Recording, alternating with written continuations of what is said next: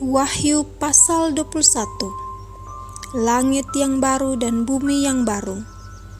Lalu aku melihat langit yang baru dan bumi yang baru, sebab langit yang pertama dan bumi yang pertama telah berlalu, dan laut pun tidak ada lagi. Dan aku melihat kota yang kudus, Yerusalem yang baru, turun dari sorga dari Allah, yang berhias bagaikan pengantin perempuan yang berdandan untuk suaminya. Lalu aku mendengar suara yang nyaring dari tahta itu, berkata, "Lihatlah, kemah Allah ada di tengah-tengah manusia, dan ia akan diam bersama-sama dengan mereka. Mereka akan menjadi umat-Nya, dan ia akan menjadi Allah mereka. Dan ia akan menghapus segala air mata dari mata mereka, dan maut tidak akan ada lagi.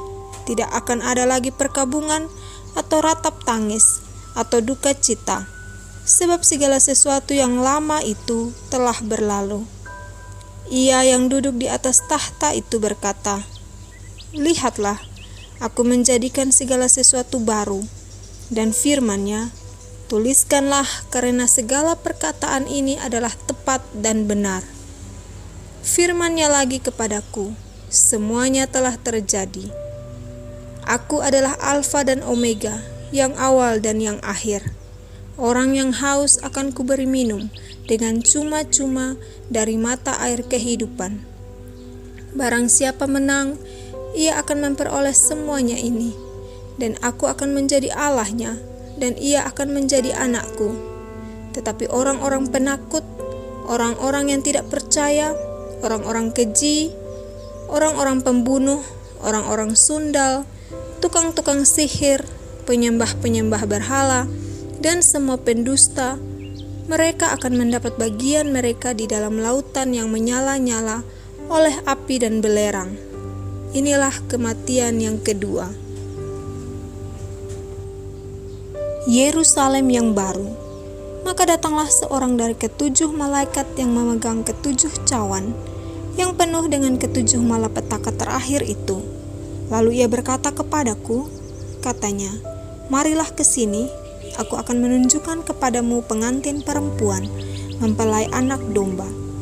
Lalu di dalam roh, ia membawa aku ke atas sebuah gunung yang besar, lagi tinggi, dan ia menunjukkan kepadaku kota yang kudus itu, Yerusalem, turun dari sorga dari Allah. Kota itu penuh dengan kemuliaan Allah, dan cahayanya sama seperti permata yang paling indah, bagaikan permata yaspis, jernih seperti kristal, dan temboknya besar lagi tinggi, dan pintu gerbangnya 12 buah. Dan di atas pintu-pintu gerbang itu ada 12 malaikat, dan di atasnya tertulis nama ke-12 suku Israel. Di sebelah timur terdapat 3 pintu gerbang, dan di sebelah utara 3 pintu gerbang, dan di sebelah selatan 3 pintu gerbang, dan di sebelah barat 3 pintu gerbang. Dan tembok kota itu mempunyai 12 batu dasar, dan di atasnya tertulis ke-12 nama ke-12 rasul anak domba itu. Dan ia yang berkata-kata dengan aku mempunyai suatu tongkat pengukur dari emas untuk mengukur kota itu serta pintu-pintu gerbangnya dan temboknya. Kota itu bentuknya 4 persegi, panjangnya sama dengan lebarnya. Dan ia mengukur kota itu dengan tongkat itu, 12.000 stadia panjangnya dan lebarnya dan tingginya sama. Lalu ia mengukur temboknya 144 hasta, menurut ukuran manusia, yang adalah juga ukuran malaikat. Tembok itu terbuat dari permata yaspis, dan kota itu sendiri dari emas tulen, bagaikan kaca murni. Dan dasar-dasar tembok kota itu dihiasi dengan segala jenis permata.